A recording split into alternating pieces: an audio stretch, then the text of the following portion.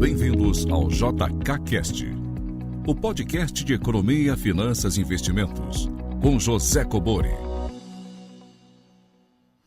Sejam todos muito bem-vindos a mais um episódio do JKCast.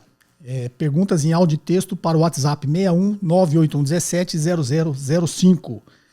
Se você não tiver a sua pergunta respondida no episódio, é porque realmente ela estava fora dos parâmetros que eu sempre falo aqui, né, de 40 segundos a 1 minuto, próximo disso, tá?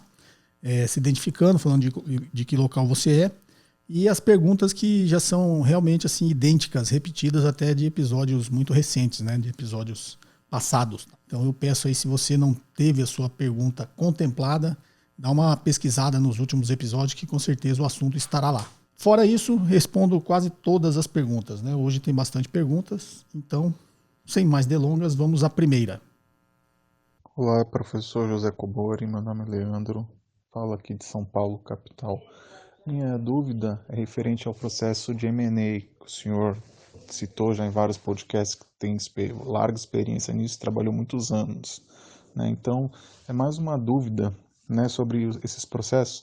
Assim, minha dúvida é, no caso, a ponta vendedora, ou que está sendo adquirida no processo de M&A, normalmente eles tendem a inflar o balanço, as demonstrações financeiras para poder a empresa ser vendida a um preço maior, e costuma existir esse tipo de prática nesses processos de M&A, sim ou não, e caso exista, como a ponta compradora pode mitigar, ou se existem situações que ela possa conseguir descobrir se a ponta vendedora está inflando ou não os números. Muito obrigado e parabéns pelo trabalho. Forte abraço. Bem, Leandro de São Paulo, capital. Vamos lá, Leandro. Colocando todo mundo no mesmo ponto, quando o Leandro pergunta processos de M&A, M&A é a sigla de Mergers and Acquisitions, tá? Que é fusões e aquisições, né? Os processos de fusões e aquisições. Eu trabalhei muitos anos com fusões e aquisições, assessorando empresas, tanto do que a gente chama do sell side, que é o lado vendedor, como do buy side, que é o lado comprador. Então, a dúvida do Leandro é a empresa que está se vendendo, né? O vendedor inflar artificialmente ali o preço da empresa, é óbvio, para tentar tirar uma vantagem disso. É um procedimento teoricamente natural, né? O vendedor sempre quer um preço mais alto e o comprador sempre quer pagar um preço mais baixo. Então, como em qualquer negociação, uma negociação entre empresas também tem essa característica. Geralmente o valuation do vendedor ele está sempre um pouco mais alto do que o valuation que o comprador faz. Tá ok, Leandro? Então, dito isso, que é um processo natural, existem situações que o vendedor infla até demais artificialmente seu preço, só que tudo tem uma teoria por trás, uma prática por trás, que é o que a gente sempre fala aqui no canal, né? Como faz o valuation de uma empresa. Então, números são números. Então, qualquer variável que você mexa naquela fórmula de precificação de empresa, você vai aumentar o seu valor, né? Então, o vendedor, geralmente, quando ele faz valuation, ele superestima um pouquinho o fluxo de caixa, né? A capacidade de gerar caixa. Ele subestima um pouquinho o custo de capital, não é isso?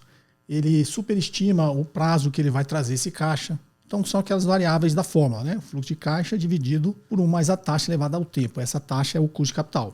Então, como o custo de capital está no denominador, se ele jogar um custo de capital baixo, a empresa dele vai valer mais, o valor presente vai ser maior. Assim como se ele aumentar o volume de fluxo de caixa que ele vai gerar, o valor presente também vai ser maior. E assim como se ele tirar lá o 1 mais a taxa elevada ao tempo, ele considerar que ele vai trazer um fluxo de caixa maior em tempos mais próximos, né, vai antecipar essa geração de caixa, também vai alterar o valor presente. Então, qualquer dessas variáveis que você mexa na fórmula, você vai ter um valor diferente da empresa. Só que tem uma característica na prática que isso pode acontecer, lógico que pode, mas na grande maioria tem muita técnica nisso aí e as empresas são muito profissionais. O comprador principalmente, né? Se parte do pressuposto que o comprador, ele teoricamente é uma empresa maior, ou é um grande fundo, é um investidor, ele tem ali toda a capacidade, analistas, né, especialistas, para fazer esse valuation e traçar aí a sua tese de crescer via aquisições. E aí, por um outro lado, hoje é bem profissionalizado. Quando eu comecei a fazer isso, eu abri minha empresa, né, trouxe aí meus sócios para a gente tocar, né, uma empresa de consultoria, assessoria em processos de fusões e aquisições, que a gente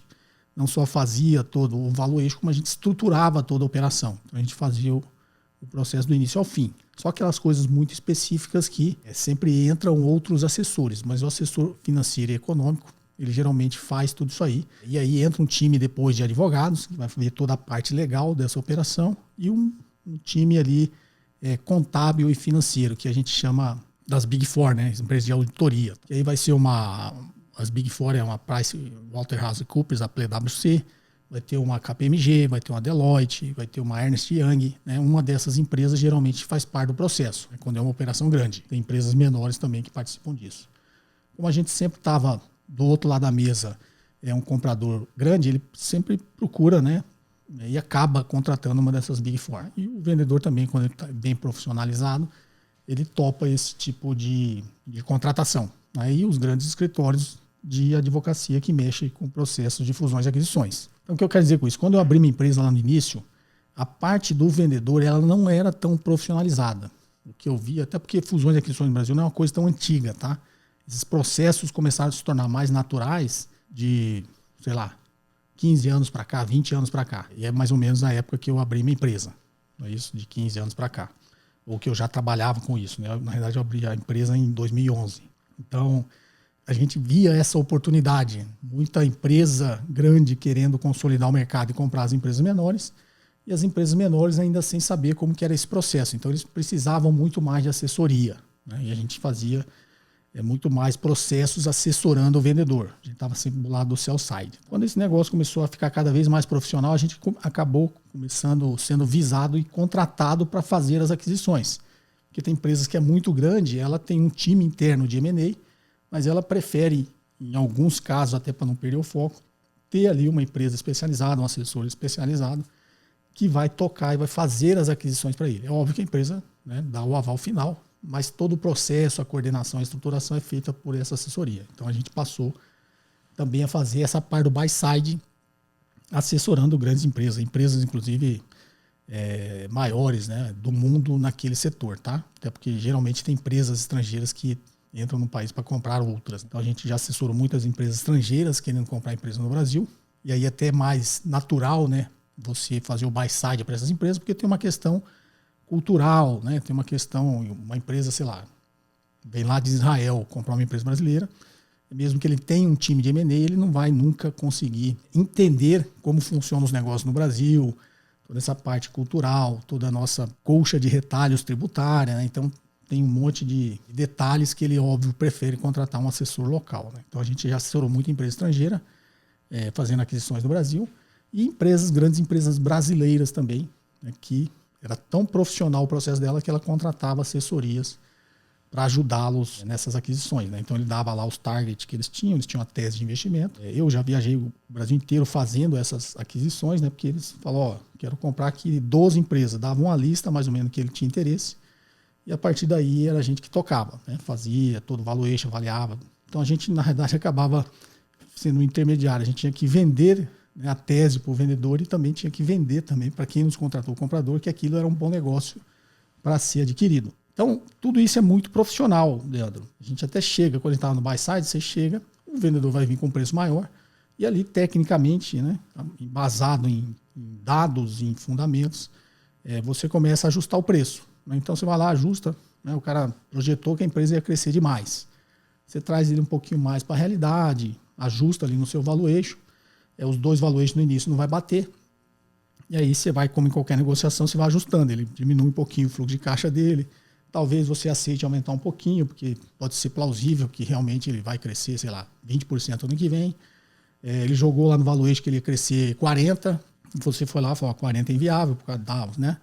Faz toda a análise econômica, o mercado, o setor, economia, taxa de juros, inflação. Você faz toda esse arcabouço teórico, né, e chega numa conclusão que, ele não vai crescer 40%. Né, no máximo, você vai conseguir crescer 20%. Eu jogaria aqui no meu modelo 15%. Aí você começa a negociar todos esses parâmetros. Seu custo de capital não é tão baixo assim. Seu custo de capital, você jogou aí, 7%, e eu acho que seu custo de capital é 15%. Não é isso? E aí, a fórmula é a mesma. Ele vai ter que defender o ponto dele, porque que ele acha que o custo de capital é aquele, e a gente vai defender, se eu tiver do lado do comprador, porque que o custo é aquele. Então, quando você senta à mesa, é tudo muito, embasado, é tudo muito profissional, tá, Leandro? É óbvio que em alguns casos você vai pegar ali uma empresa que está sendo vendida, ela não tem nem assessor, nem tem muita noção de como faz isso. Ela vai chegar com uma coisa completamente irreal.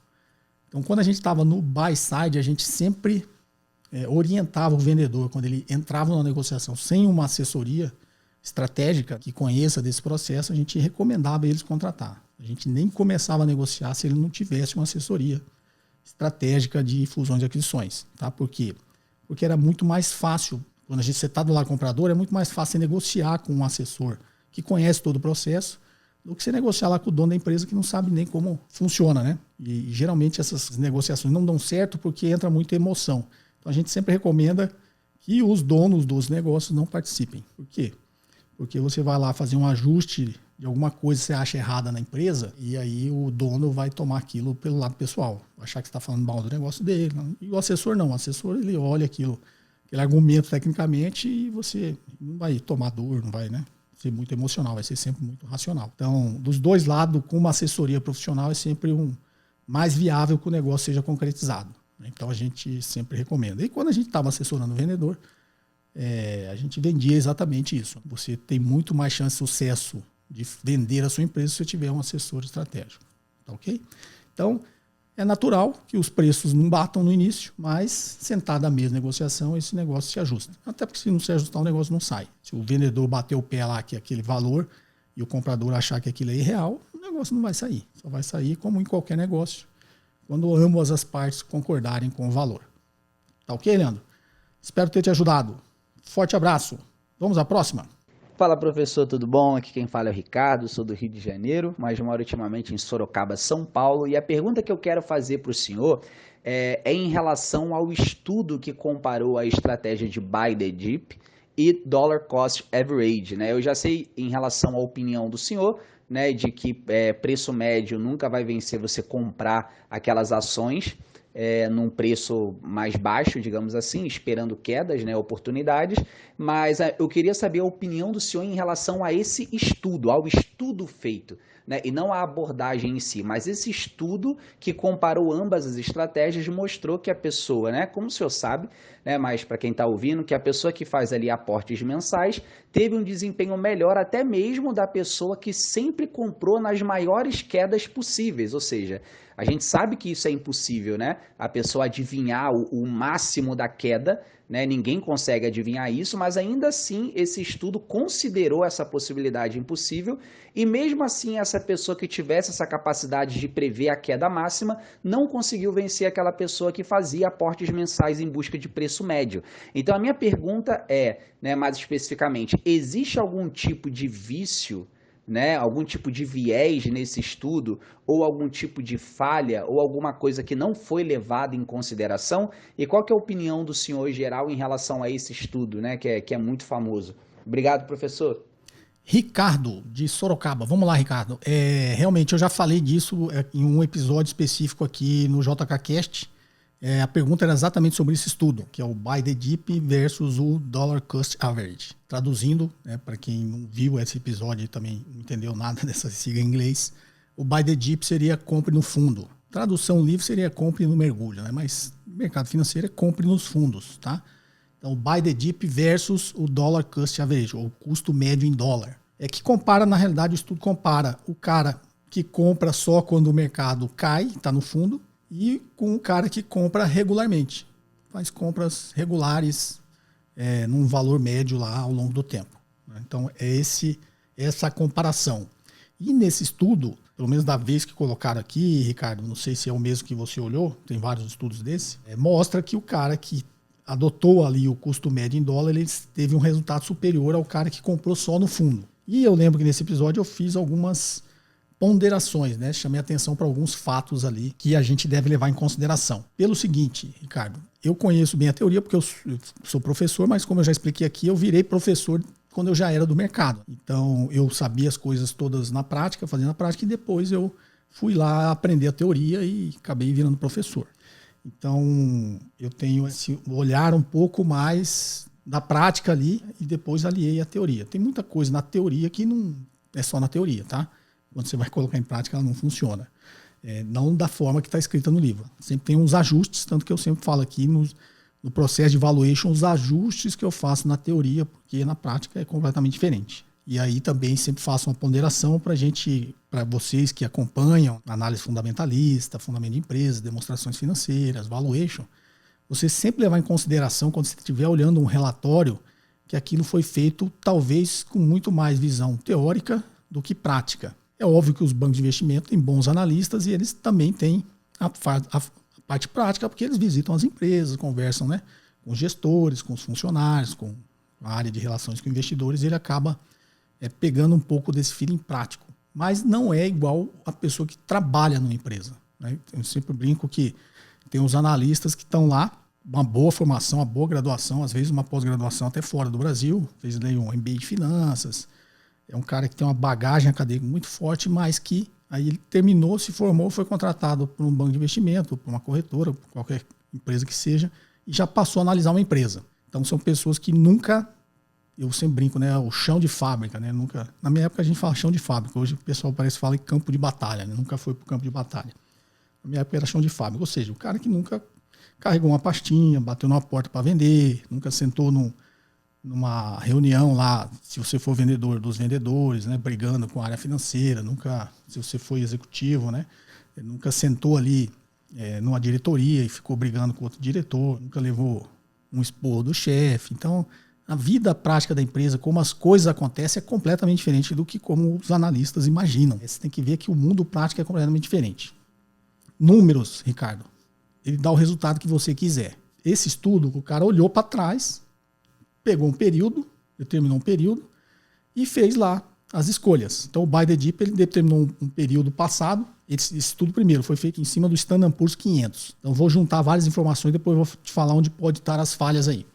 Então ele pegou o Standard Poor's 500 de um período passado, longo até, e falou, bom, aqui eu vou considerar o cara que sempre comprou regularmente. Ele parece que partiu de $100 por mês. Então o cara que comprou lá o custo médio em dólar, ele fez compras mensais de $100 regularmente do índice Standard Poor's 500 nesse período. E o cara que comprou só no fundo, ele começou com $100, se não tinha um fundo, o mercado estava subindo, ele não fez. Mas ele foi acumulando $100 por mês. Quando o mercado está no fundo, ele foi lá e comprou. Quando ele faz esse estudo, nesse período específico, ele mostra que o cara que comprou regularmente teve um resultado superior. Esse mesmo estudo, eu vou ver se eu consigo, ver se consigo, não tem na internet esses estudos aí, eu vou pedir para o editor pôr as imagens dos gráficos aqui, que eu lembre. Eu vou falar por cima, se eu estiver errado, vocês vão ver no gráfico aqui, mas o raciocínio, a intuição é uma só. Nesse mesmo estudo, ele fez um mesmo estudo por um período diferente que o Buy the Dip ganhou. Então, é aquilo que eu te falei. Os números vão dar o resultado que você quiser. Se você quiser provar que o Buy the Dip é melhor, você vai escolher um período em que o Buy the Dip foi melhor e vai colocar lá e mostrar para todo mundo. Se você quiser provar que o Dollar Cost Average foi melhor, você vai pegar um período que o Dollar Cost Average foi melhor e vai colocar lá no seu estudo. Esse estudo, ele foi bem sincero, porque ele botou as duas situações. No final, ele chega à conclusão que o custo médio em dólar é melhor. Mas aí que eu vou te falar a falha do estudo. Então, vamos colocar aqui os dois gráficos, você vai ver que o Dollar Cost Average foi melhor e no outro o Buy the Dip foi melhor. Porque são períodos diferentes. Então, põe uma coisa na sua cabeça. Sempre que você vê um estudo, aquele estudo deu o resultado que o cara que fez o estudo queria. Sempre seja um pouco cético quanto a isso. Número dá qualquer... A gente brinca que a estatística ele dá o número que você quiser. Você vai lá e tortura os números, ele vai dar o resultado que você quiser. Se não deu nesse período, sei lá, você pegou 20 anos para trás, não deu o que você queria. Aí você pega só 15, aí você pega 25. Você vai pegando os períodos até dar o resultado que você quer. Aí você põe no seu estudo, ó, fiz um estudo aqui de 25 anos passados e deu esse resultado aqui que essa estratégia foi melhor. Então você sempre tem que ser cético a isso. O estudo dá o resultado que o pesquisador que fez queria. Põe em sua cabeça. Quando você lê muito, eu gosto de ler muito, você lê vários livros e você vai ver que vai sempre dar o resultado que o autor do livro quer que dê. Só que às vezes você lê um livro fazendo o mesmo estudo de um outro autor que prova o contrário, porque ele deu o resultado que ele queria. Ele pegou o período que ele queria, com os dados que ele queria e fez. Então a gente tem que ser muito cético. Na prática, aí a minha experiência prática, o que você tem que levar em consideração? Aí ele está dizendo Standard Poor's 500, ou seja, ele está partindo que a pessoa que comprou o índice Standard Poor's 500 todo mês, $100 todo mês, ele fez pelo custo médio do índice Standard Poor's 500. E o cara que comprou no fundo tem uma falha. Você vai ver, se colocar o gráfico, que ele não... Primeiro, o que ele considera fundo? O que é um fundo? Ele está olhando para trás e vendo o gráfico. Aí ele pegou e escolheu os fundos. Você vai ver que ele não é uma coisa regular. tem uns pontinhos vermelhos no gráfico, que eu me lembro da pesquisa. Tá? Aí o pesquisador considera que os fundos é onde está entre duas máximas. Tá, mas você está olhando para trás. Quando você está lá no ano, como você sabe que aquilo é um fundo se não tem a outra máxima? Que ele está considerando duas máximas. E você vai ver que num dos estudos, não lembro de qual, você vai ver que tem duas máximas e ele não considera o fundo da bolha da Nasdaq, se não me engano, que é entre 2001 e 2002 ali, que o índice Standard Poor's 500 mergulhou e depois subiu. Aquele fundo é o estouro da bolha do Nasdaq, lá junto com os ataques terroristas de 11 de setembro, né, de 2001. Você vai ver que naquele fundo não tem o pontinho vermelho, ele não considerou que o cara comprou ali. Por quê? Entendeu? Então, nesse gráfico ele considera essas compras estão uns pontinhos vermelhos. Só que quando você pega um gráfico, e é interessante para quem tem um pouco mais de tempo no mercado, um gráfico, quando você está olhando ele agora, ele tem um formato. Quando você olha ele daqui 10 anos, ele tem um formato completamente diferente. Você vai ver um iniciozinho muito espremido, cheio de pontinho, mas quando estava só aquele período, o gráfico era muito irregular. Então, por isso tinha muitos fundos ali que ele considerou. Quando você pega um histórico um pouquinho maior, aquele iniciozinho do gráfico ele vai reduzindo e aquelas variações se tornaram muito pequenas, quase imperceptíveis quando você olha o gráfico como um todo. Então, segundo, estudo que olha o passado, você não sabe o que o cara faria ali no momento. Você está dizendo hoje o que ele faria 20 anos atrás, de 20 anos atrás para agora. Então, isso já é uma coisa para mim que tira credibilidade de qualquer estudo. Segundo, o estudo considera, aí nos dois, tá? Nas duas estratégias, que a pessoa sempre comprou por aquele preço de fechamento. Acho que foi até isso que eu falei no outro. Quando ele pega lá, você faz um estudo de qualquer ativo, quando você está olhando o passado, você está considerando o preço de fechamento. Para quem está no mercado há algum tempo, não sei se a maioria de vocês estão, você vai ver que ao longo do dia o preço oscila bastante.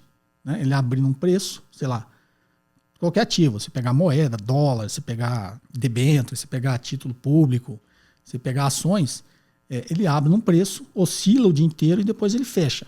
Então, o estudo está considerando que você conseguiu comprar no preço de fechamento. E a gente sabe que na vida real não é assim que acontece. Você compra ao longo do dia. E a emoção ao longo do dia também é diferente. Você não sabe que preço vai fechar. Sei lá, a ação abriu a R$10. Se ela está caindo, você não sabe se ela vai fechar a 9 ou a 8. Se ela está subindo, você não sabe se ela vai fechar a 11 ou a 12. Você sabe que ela abriu a 10 e está oscilando. Então ela começou a cair. A emoção do dia é diferente. Você não espera fechar para comprar no preço de fechamento. Eu não conheço gente que faz isso sempre não, tá? Você compra ao longo do dia. Então, na vida real, sei lá, a ação abriu a 10 e chegou a 12, você não comprou a 12 no preço de fechamento. Você comprou a 11, você comprou a 11,50, você comprou a 10,50. Você viu que estava caindo, falou, opa, boa oportunidade, vou comprar. Quando você abre o espectro, quando você viu ali entre os gráficos, ele está pegando um fundo. Às vezes está pegando ali um intervalo de um ano. Né? Entre as duas máximas tem um ano. E aí tem um fundo no meio desse um ano. Ele considera que você comprou exatamente ali. Você pode não ter comprado exatamente ali, mas aí no estudo ele fala, mesmo considerando que comprou exatamente ali, mesmo assim a estratégia buy the dip não deu resultado. Tá, mas você não comprou exatamente ali. Assim como o cara que fez a compra, o custo médio em dólar, ele não comprou no preço de fechamento exatamente no custo médio. Concorda? Exatamente, sei lá, naquele dia do mês que o cara considerou. Quando ele botou as premissas lá no estudo dele no gráfico, ele definiu alguma coisa. Então ele definiu, comprou todo dia 10 do mês, durante 20 anos. Você sabe que isso não acontece. E se comprou todo dia 10 do mês, ele não comprou todo dia 10 do mês no fechamento, no preço de fechamento, não fez. Então, esses estudos, assim, na minha opinião, eu sou muito cético, eu leio bastante isso aí, mas também não acredito em quase nada. É um guia, mas não prova, assim, para mim não prova muita coisa. E aí você vai ver nos gráficos aqui, que vai estar aparecendo aqui, tem o buy the dip ganha, o outro dollar cost average ganha. E aí tem uma que, acho que eu vou pedir para pôr, que é acho que o buy the dip é os pontos que ele comprou. É porque tem uns intervalos maiores e uns menores. Por que ele comprou só naquele ponto? Porque ele considerou que comprou só naquele ponto.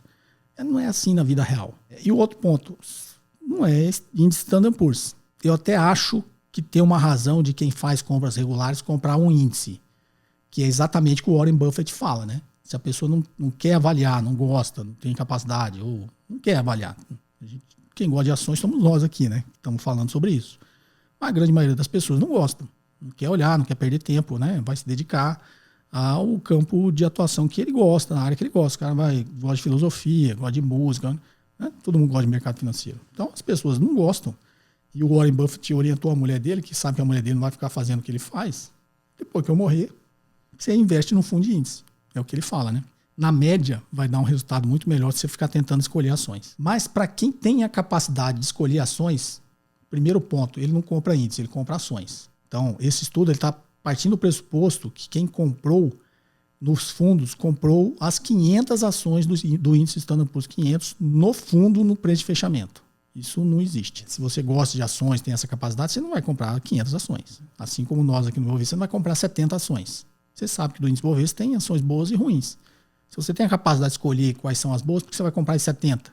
Você sabe que, sei lá, metade é ruim. Então, você já vai descartar 35. Das 35 que sobra, você ainda vai descartar algumas. Do setor que você não gosta, setor que você acha que não vai crescer, o setor que você não sabe avaliar, o setor que vai sofrer muito com a economia, um setor que está num estágio de declínio, um outro que está num estágio de crescimento. Você vai eliminando lá e, sei lá, vai comprar 10 ações de 70 que tem no índice. Então, na vida real, você descarta boa parte das coisas que estão no estudo, tá? Se você é a pessoa que não quer acompanhar, não gosta de mercado de ações, não tem tempo, quer se dedicar à sua área de atuação, faz sentido você fazer compras regulares de um fundo de índice, tá? É isso que é a minha visão, assim, de bate-pronto seria esse o conselho. Se você tem capacidade de analisar, por que você vai comprar uma empresa que você está analisando e está vendo que é um mau negócio, que está num preço caro? Só porque você tem uma estratégia de comprar regularmente, você vai comprar? Não faz sentido também. Tá ok, cara? Espero ter te ajudado. Acabou que foi bastante tempo aqui, né? Vamos lá. A próxima. Forte abraço, cara. Olá, professor José Cobori. Meu nome é Saulo, falo de Ribeirão das Neves, Minas Gerais. A minha pergunta é o seguinte: por que o Banco Central está utilizando a política monetária através da taxa de juros Selic para poder baixar o câmbio, sendo que a nossa inflação não é a inflação de demanda, é a inflação de custo cambial praticamente. E ele está usando a ferramenta da taxa Selic para poder baixar o câmbio, sendo que nós temos aí reservas internacionais em dólar equivalente a 35% do PIB. O Banco Central não precisaria talvez nem operar esse valor, apenas um aviso de que ele queria colocar o câmbio a tal taxa, ele já conseguiria sem precisar operar. Por que ele está utilizando a taxa de juros Selic? Estourando com isso, em consequência, estourando as contas públicas e dificultando o crescimento através do crédito. Muito obrigado pela resposta, professor. Bem, Saulo de Ribeirão das Neves, Minas Gerais. Saulo, vamos lá. Resumindo, né? Por que ele usa a taxa Selic e não usa a reserva internacional? Determina uma taxa de câmbio e usa a reserva internacional do Brasil para segurar essa taxa onde ele determinou. Porque na vida real não é assim que acontece, tá, Saulo? Primeiro que as nossas reservas são boas, comparadas à época lá do início do Plano Real, a gente tinha 20 bilhões de reserva. A gente já chegou a ter 400 bilhões agora e estamos aí próximo dos 300. Apesar de ser uma boa reserva internacional, perto do tamanho da nossa economia e do fluxo de capitais que pode acontecer, você não tem como defender a moeda durante muito tempo com 300 bilhões. A menos que você seja uma ditadura como a China e tenha reservas de trilhões e trilhões de dólares, você pode fazer isso. Tá? O Brasil tentou fazer isso no primeiro mandato do Fernando Henrique, uma taxa de câmbio fixa com algumas bandas, né? Banda cambial. Ele não conseguiu manter isso aí, né? Tanto que em 1999 teve a max desvalorização do real. Ele teve que abrir e deixar o câmbio flutuar. Então, primeira consequência, se eu sou o Banco Central e falo, acabou a brincadeira, agora a taxa de câmbio nossa aqui é R$3 por dólar. Ele vai ter que defender aquilo. Ele defende como? Com a reserva. Só que os estrangeiros, vendo o tamanho da nossa reserva, os grandes investidores, especuladores, pode falar assim, eu vou desafiar esse cara, ele não vai conseguir segurar isso não. E vai começar a apostar contra a nossa moeda. Vai apostar que o real vai desvalorizar, essa taxa de câmbio o Banco Central não vai conseguir segurar. Foi o que, acho que até no episódio anterior eu expliquei, que o Jorge Soros fez com a Inglaterra, que é uma economia infinitamente maior que a nossa. Tá? E lá na época da formação do euro, eles quiseram segurar uma taxa de câmbio e o mercado olhou e falou, não vai conseguir segurar isso aí. E aí começou a apostar contra. Quando começa a apostar contra um movimento muito especulativo, é dinheiro que está entrando para apostar só, não é fluxo de capitais normais, né? Não é investidor que está indo embora porque está com medo, esse movimento normal que a gente vê na volatilidade do câmbio, tá? Aí é dinheiro grosso de especulador entrando, apostando contra. Então, seria um tiro no pé. Eu chegar e falar, acabou, agora a taxa de câmbio é R$3. Quando os caras escutaram, falaram, esse cara tá louco, ele não vai conseguir segurar isso aí. E vai começar a apostar contra. E aí a nossa reserva internacional, a gente vai começar a reduzir até um ponto que eu não vou aguentar. E aí eu vou soltar, o câmbio vai flutuar e vai explodir, e quem apostou contra vai ganhar muito dinheiro. Reservas internacionais, para quem não sabe, ele é como se fosse um arsenal, né? A munição que o Banco Central tem para entrar na ponta contrária. Então, quando todo mundo estiver saindo para comprar dólar para ir embora, o dólar tende a valorizar. O que o Banco Central faz? Ele entra vendendo. Ele entra na outra ponta para a taxa de câmbio não subir demais. Então, como ele entra na outra ponta, ele equilibra a oferta e procura e o preço tende a estabilizar. Então, ele vai fazer isso, só que tem um limite. Ele vai gastando reserva, uma hora que ele... E aí o especulador está lá monitorando e fala, tá gastando, tá ficando pior. A corda vai arrebentar. Então, é um tiro no pé. É você meio que tentar peitar o mercado, não faz sentido, né? Resumindo, não faz muito sentido, tá, Saulo? Forte abraço, vamos à próxima. Olá, professor José Cobori, aqui é Adriano de Curitiba.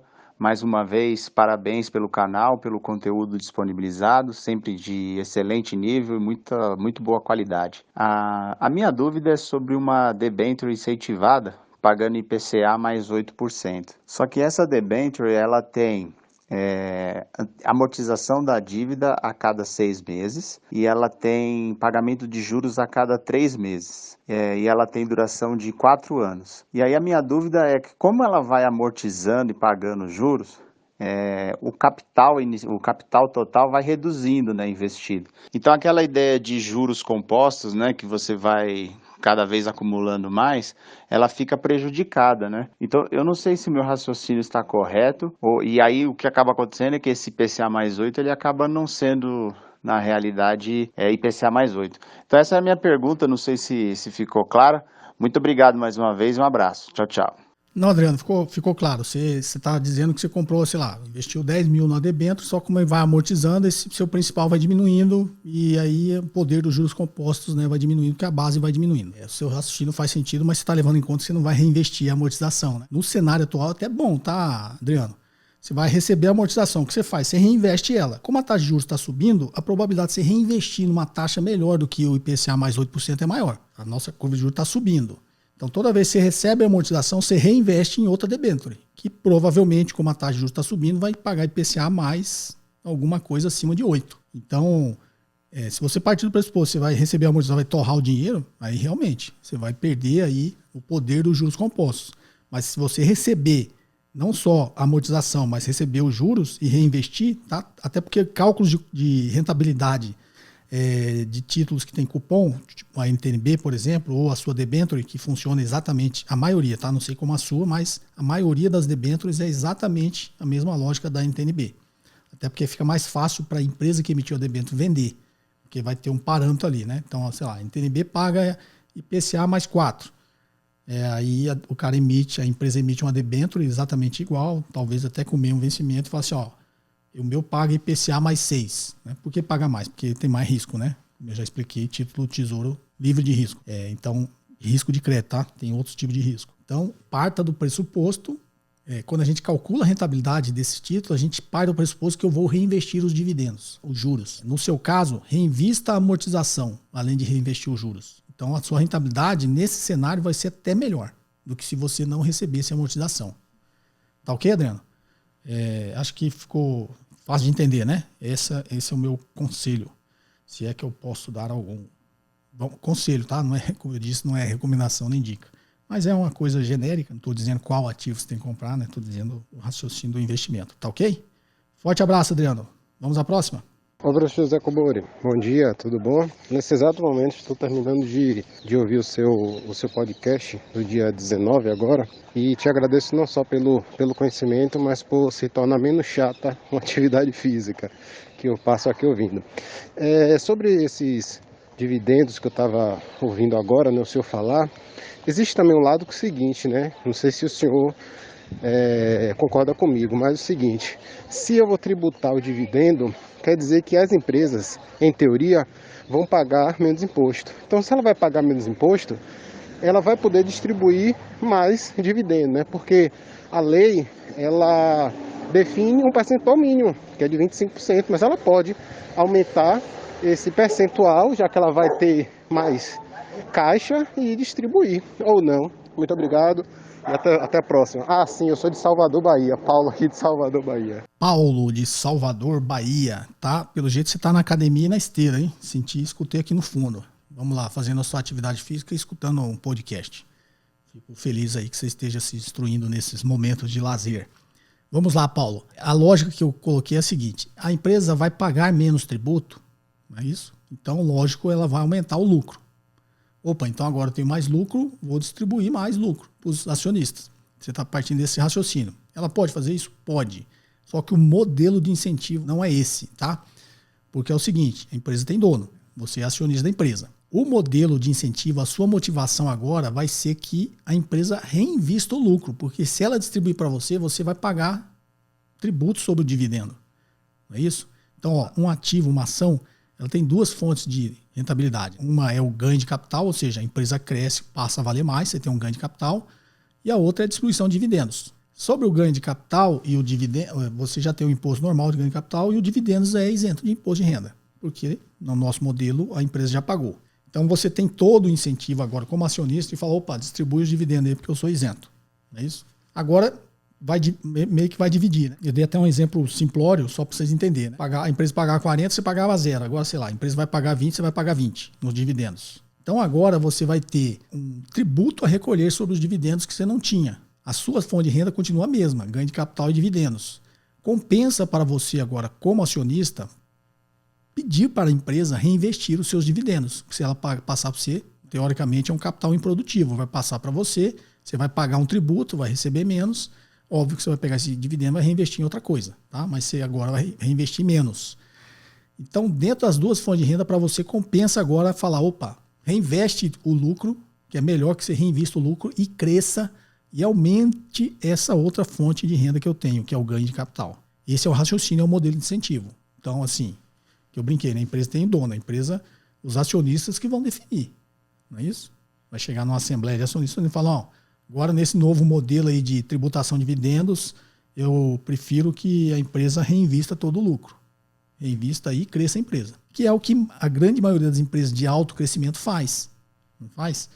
Você pegar o Google, a Amazon, essas empresas não distribuem dividendos. Porque como ela cresce num ritmo muito grande, compensa ela reinvestir o lucro.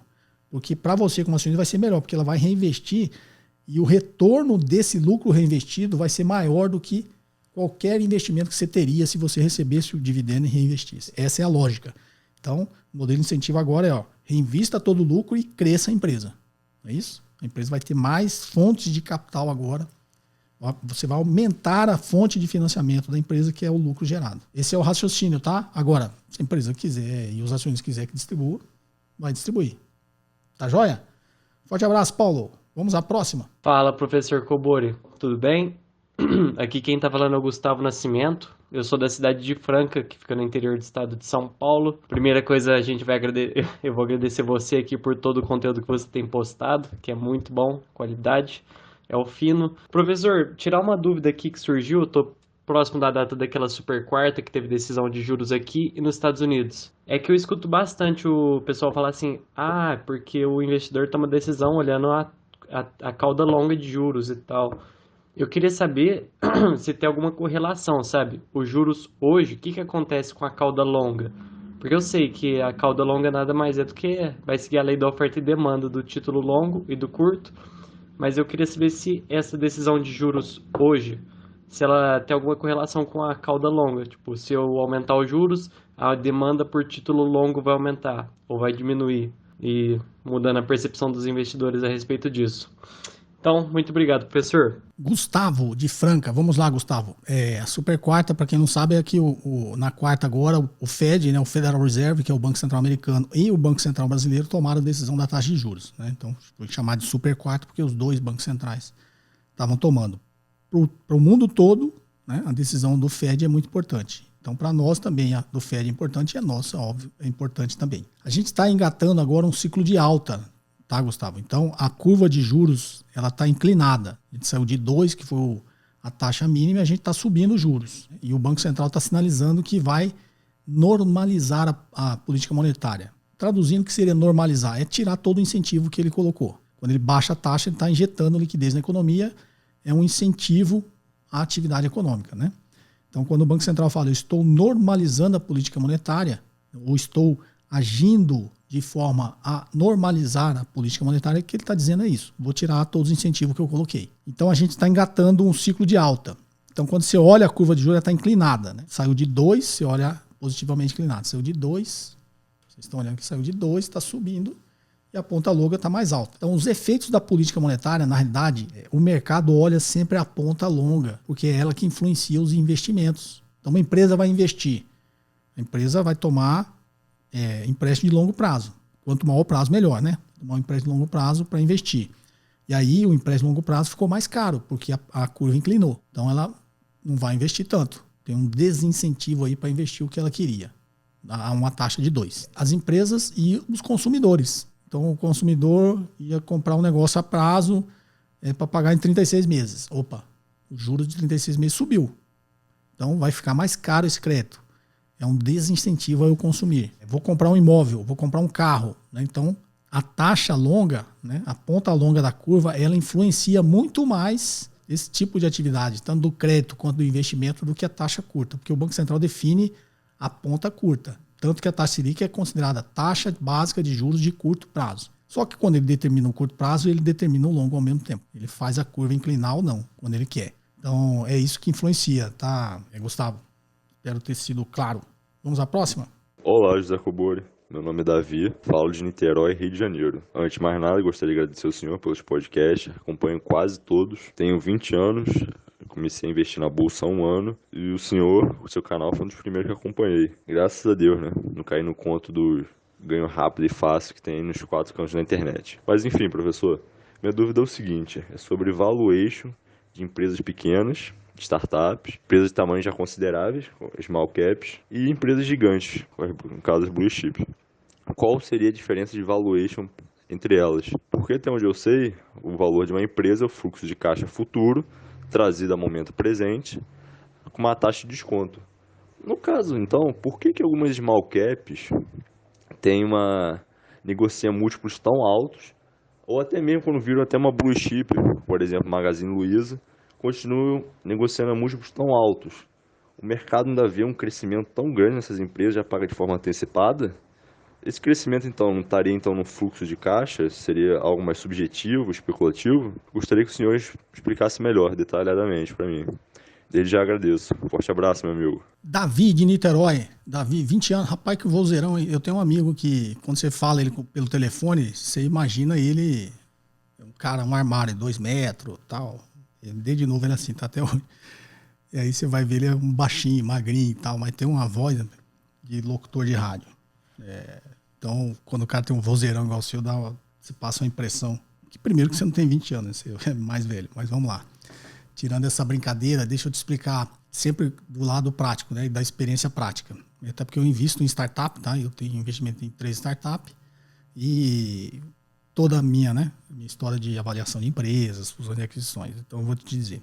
As empresas, na realidade, você tem que saber em que ciclo que a empresa está. Então, o que é um ciclo? Você vê uma curva assim, tá a parte da ideia, da introdução, que geralmente é a startup, ela começa lá embaixo e ela tem no gráfico um grande potencial de crescimento. É porque está começando agora, pode ser uma coisa inovadora ou pode ser até uma coisa tradicional, feita de forma diferente, mas está no estágio inicial. Então, ela tem todo um mercado a conquistar, ela tem no gráfico ali uma possibilidade grande de crescimento. Então, ela entra ali já uma fase de alto crescimento, uma possibilidade de alto crescimento.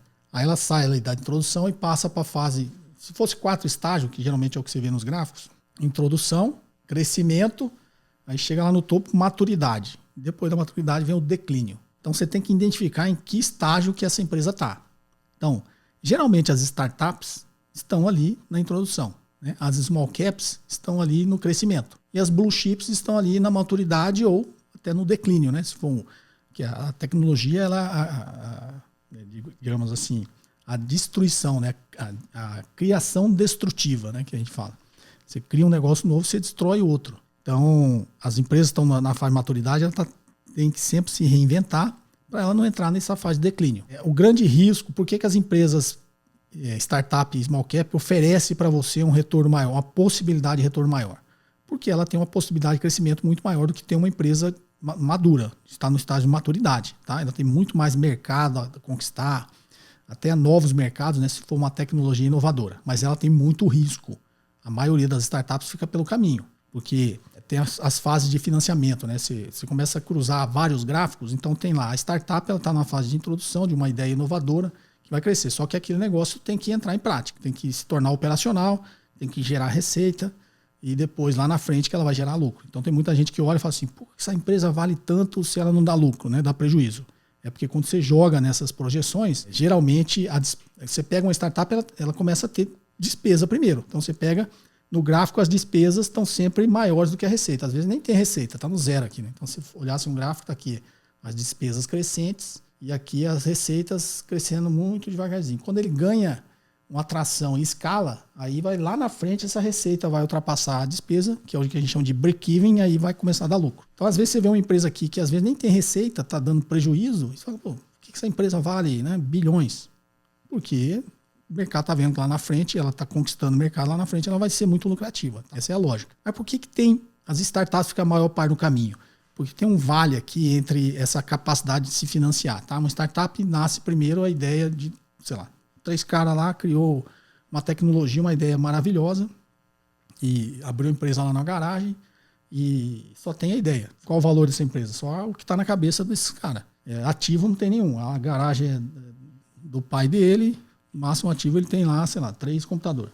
Não tem ativo nenhum. Então, ó, você está precificando a capacidade dessa ideia virar um negócio. Então, geralmente nesse estágio, quem põe dinheiro a gente chama family and friends. É família e amigos. Família porque ajuda, né? Mesmo que o pai tá vendo o negócio lá, mas vai lá e ajuda o filho, né?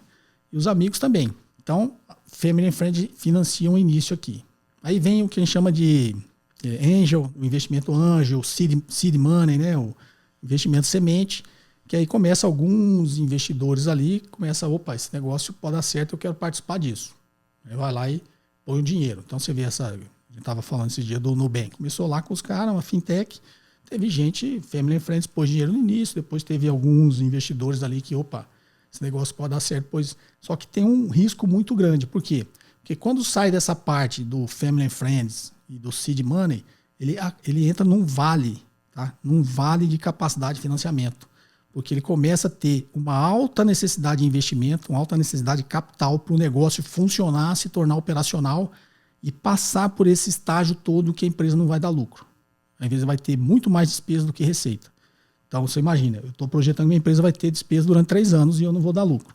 Eu tenho que captar esse dinheiro para manter a empresa aberta durante 3 anos e crescendo. Você imagina uma startup. Eu tenho que projetar toda a despesa que eu vou ter nesses 3 anos que eu vou crescer. Imagina o volume de capital que é isso. Então, chega nesse ponto que a gente fala, tem um vale ali, né? Os investidores grandes não vão pôr dinheiro porque ainda é um negócio incerto, muito pequeno. Às vezes nem, que a gente chama, não vale nem o cheque. Tem grandes investidores que falam assim, eu só invisto, o cheque mínimo meu é 300 milhões de dólares. Então, o seu negócio lá precisa, sei lá, de 10 milhões de dólares. Esses caras nem olham para você. Então, tem esse vale aqui em que você tem pouco acesso a capital. Tá? A menos que seja um negócio do outro mundo, que aí vai vir chover gente querendo investir em você. Mas, na realidade, não é isso que acontece. Por isso que a grande maioria das startups fica no caminho. Tá? Grande mesmo, 95%. Aí, quando você passa desse vale de capacidade de financiamento, aí você começa a ganhar atração e começa a ganhar acesso a capital. Aí vem um investidor anjo um pouco maior, né? Sei lá, tem a pessoa física lá que tem 100 milhões para investir. Aí ele vai lá e escolhe algumas coisas pequenas para ele pôr dinheiro. Então aí você ganha uma atração e aí você chega até no seu break-even. O seu break-even pode até no meio dessa fase de crescimento. Aí você chegou nesse break-even e começou a dar lucro. Opa, começou a dar lucro, aí vai ter acesso a capital. Você vai se tornar uma small cap, vai ter mais acesso a capital porque o seu negócio já se sustenta. Você não precisa de capital para sustentar. A sua própria receita paga as suas despesas, que é o que a gente chama do ponto de equilíbrio, né, do break-even. E aí você sai crescendo, tá? Geralmente é aquilo que eu te falei, uma tecnologia nova, uma inovação, ou uma coisa tradicional, um mercado tradicional feito de forma diferente. E aí vai, igual Uber. Uber é um mercado tradicional, transporte, né? só que feito de uma forma diferente, tá? Uma inovação. Então, esses são os estágios de vida das empresas. Aí você fala, por que essas empresas têm um alto crescimento? Justamente por esse formato e a possibilidade do gráfico. Aí você fala, a Magazine Luiza está ali na maturidade. Por que ela tem ainda essa precificação e esse alto potencial de crescimento? Porque apesar dela ser uma empresa madura, o produto que ela tem, né, o formato de empresa que ela criou é uma coisa inovadora. Magazine Luiza era uma loja de departamento, como as que a gente sempre conheceu, né? Não sei da época de vocês, mas lojas pernambucanas, não é isso? Aí agora mais recente, C&A, Renner, Ponto Frio, Casas Bahia. São lojas de departamentos tradicionais. Aí ela entrou no mundo digital, que é o quê? O marketplace. A Magazine Luiza não vende só coisa dela. Ela é um marketplace, assim como é o Mercado Livre. Não é isso? Então ela virou um marketplace, atrelado às características físicas da empresa, criou uma sinergia muito grande, né? Centro de distribuição, um monte de coisa, só que ela não vende produto só dela, ela vende produto do mercado todo. E aí ela tem as concorrentes que também migraram para esse mesmo modelo, que agora é a Via Varejo, que reúne algumas empresas, e a B2W. Então, entre essas duas tem lá Americanas, Extra, Ponto Frio, Submarino, todas elas estão em uma dessas empresas aí, Via Varejo ou B2W. Então, o negócio atual do Magazine Luiza é uma coisa inovadora. Por isso que ela tem ainda um grande potencial de crescimento. É como se ela tivesse aqui na fase de maturidade, mas ela criou um modelo de negócio que ela voltou aqui para pegar toda essa fase de crescimento desse novo modelo. Tá? Essa é a lógica. Tá ok? Espero ter te ajudado. Forte abraço. Vamos à próxima? Boa tarde, professor Cobori. Aqui é Elton, de Fortaleza. Professor, uma dúvida sobre precificação das commodities. À medida que o dólar vai se desvalorizando por causa da inflação, as commodities elas se valorizam, já que são precificadas em dólar? Existe essa relação? E se existe, qual o mecanismo dela? Um abraço. Elton, eu não entendi muito bem a sua dúvida, porque ficou meio truncado. Igual você falou, as commodities se valorizam por causa da inflação. Na verdade, a relação da commodity é que ela é precificada em dólar, né? O que influencia as commodities para nós brasileiros é a taxa de câmbio. Então, no mercado internacional, tem muita demanda, as commodities começam a se valorizar. Minério de ferro, petróleo começa a ficar mais caro em dólar. Se atrelada a isso, a nossa taxa de câmbio, o real desvalorizar, vai ficar mais caro ainda para a gente. Então ele ficou mais caro em dólar, se o real perdeu o valor frente ao dólar, ficou mais caro ainda para nós em reais. O que está acontecendo agora é que as commodities deu uma estabilizada com alguma volatilidade para cima e para baixo, porque ainda tem uma demanda, né? O mundo todo retomando a atividade econômica. Só que agora a nossa taxa de câmbio está favorável, o real está se apreciando. Então essa apreciação do real amortiza um pouquinho esse preço em dólar da commodity. Tá ok? Essa é a relação. Desculpe se eu não entendi, que eu achei que ficou meio confuso, tá, Elcio? Um abraço, vamos à próxima. Olá, professor Cobori.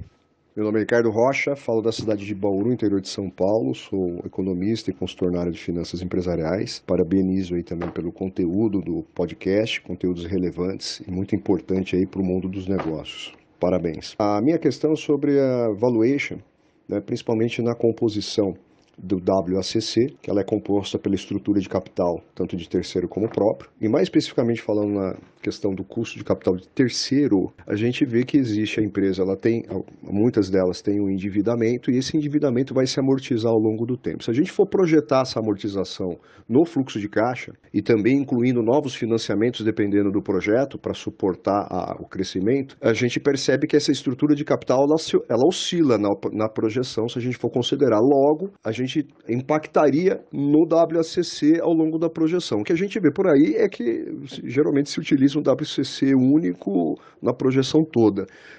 Seria plausível também a gente considerar uma variação no WACC de acordo com a mudança na estrutura de capital? Isso é uma coisa válida, que faz sentido? Muito obrigado. Ricardo Rocha, de Bauru, da área, né? Economista e trabalha com finanças corporativas. Deixa eu te falar, Ricardo, tem muita literatura que diz que você tem que, teoricamente, você teria que fazer esses ajustes. Ou seja, você ter vários custos de capital ao longo da sua projeção. Na prática, não faz muito sentido, tá? Isso eu diria, sei lá, você querer ser mais realista que o rei. Por que eu digo isso? Você faz uma projeção hoje, você pode pegar o relatório dos analistas, você faz uma projeção hoje, daqui 3 meses já mudou vários parâmetros, tá? Vários dados financeiros, econômicos, projeção de inflação, de taxa de juros, de taxa de câmbio, mudou muita coisa, mudou o custo do dinheiro, do capital terceiros, que você falou. Você olha a dívida passada só em processo de fusões e aquisições, tá? Quando você está olhando para frente, você está olhando o que a gente chama de custo de novas emissões. Quando você está projetando fluxo de caixa futuro, para você, como investidor ou como acionista, vai entrar na empresa hoje. Para você interessa qual a taxa a empresa vai continuar conseguindo se financiar. Tá? Quando eu estou falando de capital terceiros e capital próprio também. E aí você vai definir um custo de capital e vai fazer sua projeção. Por que eu falo que não faz muito sentido? É porque a gente não consegue projetar nem o ano que vem. Na nossa projeção a gente projeta perpetuidade, projeta fluxo de caixa daqui a 5 anos. A única certeza que você tem é que você errou, você vai errar. O que a gente tenta com a teoria é ter pelo menos um embasamento que justifique o que a gente acha que aquela empresa tem de valor. Tá? Mas que a gente vai errar, a gente vai errar. Tanto que você pega o relatório dos analistas, de 3 em 3 meses eles mudam o preço-alvo da ação. Porque mudou vários parâmetros. Tá? Então não faz muito sentido você ficar fazendo uma projeção com vários custos de capital, vários WACC. Faz com um só que faz sentido hoje, né, com os dados que você tem hoje, que com certeza, se você tentar modificar, fazer vários WACC, você vai errar muito mais. Né? Então usa um só que você vai errar menos. Se eu fosse traduzir, seria isso. Tá ok, Ricardo? Forte abraço. Vamos à próxima? Agora em texto. Professor Cobori, me chamo Carlos Henrique e sou de Cachoeiro do Itapemirim, Espírito Santo. Estava pesquisando sobre a inflação no país e me deparei com uma dúvida. Levando em conta que a inflação acumulada, medida pelo IPCA, de 1º de julho de 1994 até 1º de setembro de 2020 foi de aproximadamente 520, reduzindo o poder de compra do real em 84%. E em contrapartida, o salário mínimo do brasileiro passou de R$ 64,79 em 1994 para R$ 1.045 em 2020, atuais R$ 1.100, configurando um aumento de aproximadamente R$ 1.500. A pergunta é, estou certo ao dizer que, dadas as proporções, quem recebe um salário mínimo hoje consegue adquirir muito mais bens e serviços do que quem recebia um salário mínimo em 94? Carlos Henrique, com toda certeza, tá? Eu me lembro que antes do Plano Real, a gente tinha um parâmetro que a gente falava assim, puxa, o salário mínimo no Brasil não é nem $100. Então, a grande meta, né, de todos os governos era que o salário mínimo fosse pelo menos $100. Hoje, pela taxa de câmbio aí, nosso salário mínimo é mais de $200. Tá? Então, a gente o salário mínimo teve um ganho real em dólares, inclusive. Então, com certeza, isso aí. Aí você vê que a estabilização econômica, extirpando a inflação, ela faz todo sentido. Melhorou bastante a nossa economia. Tem muito mais a melhorar. Nossa economia é muito ruim ainda, tá? Mas perto, para quem é mais antigo, perto do que era antes do Plano Real, é até uma maravilha, né? Lá a gente não sabia o preço dos produtos do final do dia, né? Você ia de manhã no mercado, você não sabia o preço que ia estar o produto que você ia comprar no final do dia, porque os preços eram remarcados em até 3 vezes ao longo do mesmo dia, tá? Então, imagina a loucura que era. Vamos lá. Próximo. Olá, professor. Me chamo Juliano Bresolim e acompanho seu canal de São Borja, interior do Rio Grande do Sul. Inicialmente, queria agradecer pelo excelente material disponibilizado e sua didática, que é simples e muito bem colocada para qualquer nível de público. Obrigado, Juliano. No podcast 83, o colega Wesley questionou sobre a análise de PLR do ponto de vista social. Mas e da ótica do investidor? Como devo analisar se a empresa não está queimando caixa com remuneração, principalmente bônus de diretoria? Me vejo desconfortável em investir em algumas empresas que remuneram a diretoria com bônus que representam grande fatia da geração de caixa da empresa. Existe algum índice múltiplo para que eu possa deixar de analisar essa questão de forma empírica? Ou isso faz parte do feeling de valuation? Isso faz parte da experiência, tá? E conhecimento, tá, Juliano? Isso é uma coisa que em finanças corporativas a gente chama de problemas de agência. Problemas de agência é o agente principal, que é o presidente da empresa, e todo o seu board. Quando a gente fala agente, é agente do acionista. Problemas de agência, a gente tenta minimizar com governança corporativa. Então, o que é o problema de agente? Eu tenho que tentar alinhar os objetivos dos executivos da empresa ao meu objetivo de acionista. Hoje a gente tem evoluído bastante, tá, Juliana? Mas antigamente, até já expliquei aqui o caso da Enron, da WorldCom. Como o executivo, às vezes, ele é remunerado por ações, como você disse aqui. Ele é remunerado com ações, então, para ele, o motivador é que a ação valha mais. Então, ele sabe que vai receber ação no final do ano. Todo pagamento ele vai receber uma bonificação em ação. Então, para ele, executivo, é melhor que a ação esteja valendo mais. O que ele faz? Ele começa a tomar decisões na empresa sob o ponto de vista de valorizar a ação no curto prazo. Então, que você começa a ter um problema aí, porque o acionista, você é dono da empresa, está pensando no longo prazo, e o executivo está pensando no curto prazo, porque ele quer valorizar a ação, porque quando ele receber, né, ele vai ter uma ação que vale mais, ele vai receber mais. Então, até um tempo atrás, a grande maioria das empresas tinha um grande problema de agência. Então, o que eu falo? Eu quero inflar meu lucro. Minhas ações que eu vou receber de bônus estiver atrelado ao lucro, o que eu vou querer fazer é aumentar muito o lucro da empresa. O que eu posso fazer? Eu começo a adiar investimento, começo a adiar manutenção de ativo, tudo isso para não gastar, ter uma despesa menor, e isso vai inflar o lucro da empresa, né, artificialmente, porque uma hora você vai ter que dar manutenção dos seus ativos. Né? Então, sei lá, você planejou investir 100 milhões por ano na manutenção dos seus ativos, da infraestrutura da empresa, não é isso? Projetou investimentos em novos bens de capital, aí o presidente da empresa começa a segurar tudo isso aí para aumentar o lucro. Então ele está adiando investimentos que necessariamente tem que ser feito. Então isso é um dos problemas de agência, né? E como que você resolve isso? Conhecendo a empresa e sabendo avaliar as suas demonstrações financeiras. Tá ok, Juliano? Vamos à próxima. Primeiramente, parabéns pelo trabalho realizado. Estive vendo 2 vídeos sobre o PIB e não vi nada sobre o impacto da inflação no cálculo do PIB. Se não houver uma correção e em um ano a inflação marcar 5%, um PIB de 4 seria um crescimento negativo. Como é feita a correção considerando a disparidade dos indicadores de inflação que temos hoje? Obrigado, Máximo, Rio de Janeiro. Máximo, o PIB que é divulgado é o real, tá? Não é o PIB nominal, não. Então, como que é divulgado? O PIB que você conhece que é divulgado é o real. Então, a gente chega no PIB real como? Você tem o PIB nominal, para quem não sabe, é tudo que a economia produziu no valor, como você disse, com a inflação. Né? Então, se o produto custava 100 ano passado e esse ano custa 110, então vai ser. E eu não aumentei minha quantidade, eu produzia 10 de 100, dava 1.000, agora eu produzo 10 de 110, dá 1.100. Então, teoricamente, meu PIB cresceu 10%. Essa é a sua dúvida, né? Aí você fala, tá, mas a inflação foi de 20%. Então, na realidade, eu decresci, né?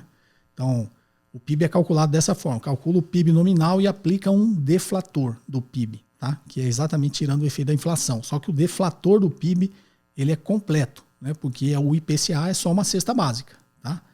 É só aqueles produtos que a gente considera da cesta básica para calcular o IPCA, que é o Índice de Preço ao Consumidor Amplo. O deflator do PIB, não. Ele considera todos os preços da economia. A variação de todos os preços da economia. Chegando à última pergunta. Boa tarde, professor Cobori. Me chamo Arislan, sou de São Paulo, capital. Minha dúvida é a seguinte. Quando uma empresa realiza recompra de ações, essa empresa pode cancelar essas ações ou deixar na tesouraria? Assim acredito correto. Eu já ouvi falar também que podem ser usadas para bonificação da diretoria da empresa. Aí que está a minha dúvida. Essas ações que são repassadas para a diretoria em forma de bonificação, elas podem ser negociadas novamente na B3? Os diretores podem revendê-las? Muito obrigado por compartilhar seu conhecimento. Obrigado. Arislan, pode sim, tá? Você tem que olhar a regra da bonificação do executivo, mas geralmente pode. Como eu disse na pergunta, sem ser na anterior, na outra, tem o que a gente chama de problemas de agência. Então existe uma ação que chama-se Restrict Stock Options, que é opção de ações restritas. O que seria restrita? Que você não pode vender. É muito comum hoje as empresas fazerem isso, tá? Eu, inclusive, numa das startups que eu invisto, a gente colocou lá no acordo de acionistas esse tipo de remuneração de ações dos executivos. Tem outros nomes também. Se eu confio no fundador que criou o negócio, não quero que ele saia, eu coloco lá um lock-up, que a gente fala. Ele não pode sair no negócio dos próximos 10 anos, tá? Se eu vou remunerar com ações, eu coloco essas ações restritas. Ele vai receber, mas ele não pode vender. Está atrelado a um resultado de longo prazo, entendeu? Como eu disse aqui dos problemas de agência. Inclusive, eu acho que o negócio da Anitta, que eu comentei no canal, que ela entrou lá no Conselho de Administração, se não me engano, ela vai ser remunerada com essas ações restritas, tá? Ela vai receber essa remuneração em ações, mas está atrelado a um resultado de longo prazo da empresa. Então, a gente reduz esse problema de agência, né? Que Conselho de Administração também é contratado, né? Os conselheiros independentes são contratados, tá? Então, você tenta reduzir esse problema de agência, alinhar cada vez mais o interesse do executivo com o interesse do acionista. Você dá uma ação restrita que ele só pode vender dependendo do resultado, daqui 20 anos. Né? Aí ele vai ficar feliz, vai receber, mas ele não vai querer ter resultados de curto prazo, porque o negócio dele está atrelado no resultado de longo prazo. Tá ok? Essa é a lógica. Arislan, espero ter te elucidado. Bom, pessoal, esse episódio ficou bem longo porque eu respondi todas as perguntas, tirando aquelas que eu falei no início, né? Que são realmente repetidas, idênticas, e aquelas que estão ou muito longas ou com muito barulho, tá? Então, perguntas em áudio e texto para o WhatsApp 61981170005. Lembrando sempre, né? Local sem barulho, identificar o seu nome, de onde você é. Perguntas entre 40 segundos e 1 minuto. Se for em texto, o equivalente a isso. Tá joia, pessoal? Espero que vocês tenham gostado desse episódio. Um forte abraço e até o próximo. Você ouviu mais um episódio de JK Cast, o podcast de economia, finanças e investimentos com José Cobori.